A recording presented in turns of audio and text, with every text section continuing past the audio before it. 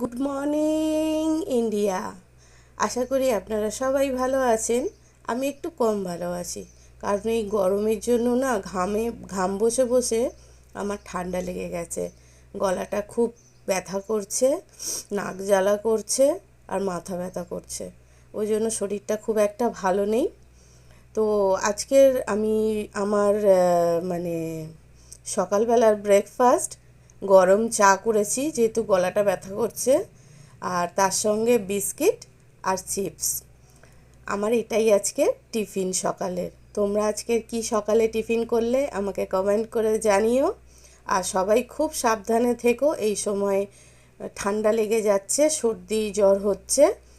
তো সবাই ভালো থেকো, সুস্থ থেকো, আর আমার চ্যানেলকে ভালো লাগলে একটা লাইক করো, সাবস্ক্রাইব করো, শেয়ার করো।